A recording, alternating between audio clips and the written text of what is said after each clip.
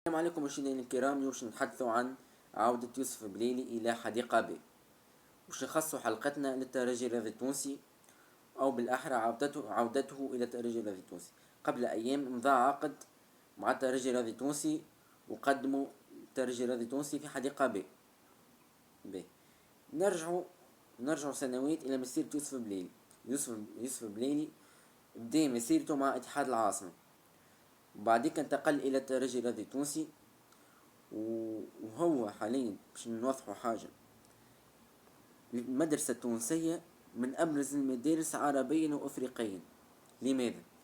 لأن مدرستنا التونسية مدربين التوانسة يطوروا في الكرة الخليجية، اللاعبين التوانسة يطوروا في الكرة الخليجية والليبية. تشوف برشا مدربين توانسة يدربوا في ليبيا، وبرشا مدربين توانسة يدربوا في الخليج، السعودية وقطر والإمارات، ولاعبين زاد.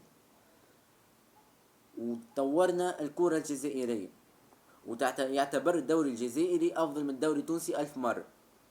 هذه حقيقة. ملاعب إفكتيف، لاعبين دوليين جزائريين بداو يرجعوا للفرق الجزائرية، والفرق الجزائرية تحسها بدأت تتطور.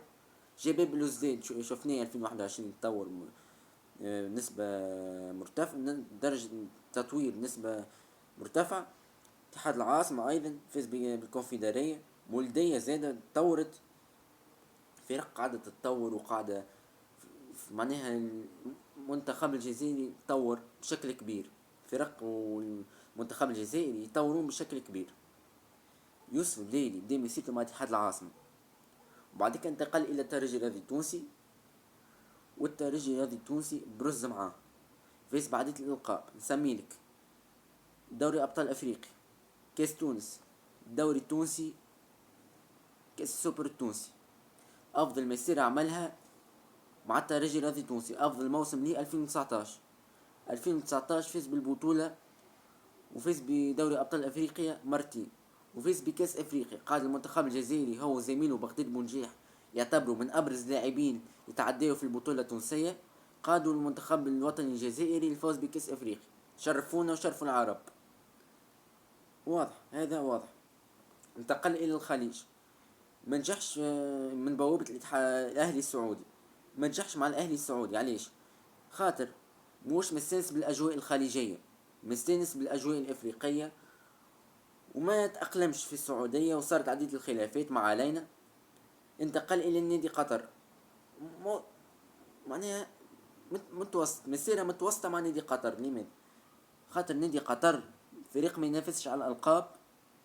نادي قطر ما ينافسش على الألقاب. الإفكتيف تاع نادي قطر مركز سادس، مركز سابع. هذا المطلوب في نادي قطر، مش فوز بالبطولة. المطلوب مركز متوسط، يبعدوا على الهبوط، على النزول، ومركز معناها يليق بنادي قطر. ونادي قطر ما عندوش عديد النجوم. ما تنساش يوسف بليلي في الدوري القطري ينافس مع فرق كبار، تقصد نجوم في نادي السد. ابرز النجوم منتخب قطر في نادي السد، وفي نادي التحيل، وفي نادي الريان. هذوما افكتيفهم عالي جدا. افكتيف دوري قطري عادي جدا، ونعتبروا الدوري القطري من ثاني وصيف الدوري العربي، وصيف من الثاني، معنى ثاني دوري بعد الدوري السعودي.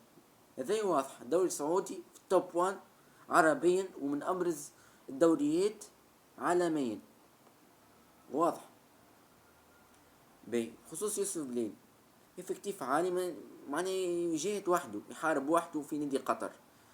اذا جبت له نجوم يساعدوه في نادي قطر نقولوا ينجح لك. اذا كان لعب مع نادي السد ولا مع نادي الريان، لو قادم الفوز بالبطولة، او زاد يفوز بكاس اسيا. هذا بخصوص يوسف بليل. يوسف بليل انتقل الى اوروبا، ما نجحش مع اوروبا. صارت عديد الخلافات كيفاش، والفريق الفرنسي يتشكل كيفاش يهرب من التمارين، واحد وبو يوضح يوسف بليلي منضبط، واحد عديد الخلافات ما فهمنا حتى شيء، ما علينا. بعد كده يرجع الى الجزائر من بوابة مولدية الجزائر. افهموه تابعوني مليح. قبل ما يجي يوسف بليلي وبن عمري لاعبين دوليين ذو الخبرة، مولدية الجزائر ما كانتش تهز في الألقاب سنوات قبل مجيء يوسف بليلي وبن عمرو يمتلكون خبرة في المنتخب الجزائري. هذه حاجة أخرى، يوسف بليلي قاد المنتخب مولودية الجزائر الفوز ب الدوري الجزائري ونهائي كأس الجزائر، شيء إيجابي. فريق ما كانش يفوز بالألقاب يقودوا الفوز بالدوري ونهائي الكأس، شيء إيجابي. لاعب بحجم يوسف بليلي لاعب صحيح في نهاية مسيرته قاعد يقدم في مستويات جيدة بخصوص يوسف بليلي. ننتقلوا عودة يوسف بليلي، هذا سؤال الأخير: هل يوسف بليلي قادر ينجح مع الترجي الرياضي التونسي في الشامبيونز ليج في كأس العالم للأندية وفي البطولة؟ نجاوبوك: إذا نجح في دوري أقوى من الدوري التونسي قادر أنه ينجح في الدوري التونسي مع الترجي الرياضي التونسي في البطولة الأفريقية. لاعب دولي ذو الخبرة العالية، صحيح في نهاية مسيرته أما العمر أرقام.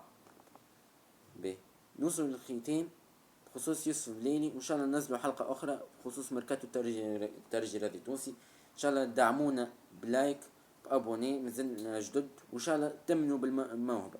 هذا نعمل فيه كغرام تحليل فني، نعمل فيه كغرام.